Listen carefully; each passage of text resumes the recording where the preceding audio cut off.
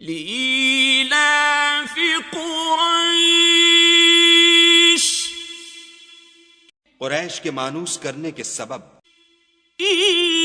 إيلافهم رحلة الشتاء والصيف،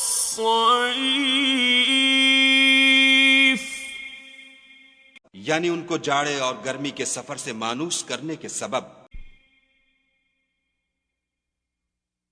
فَلْيَعْبُدُوا رَبَّ هَذَا الْبَيْتِ، لوگوں کو چاہیے کہ اس نعمت کے شکر میں اس گھر کے مالک کی عبادت کریں، الَّذِي أَطْعَمَهُم مِّن جُوعٍ وَآمَنَهُم مِّن خَوْفٍ، جس نے ان کو بھوک میں کھانا کھلایا اور خوف سے امن بخشا۔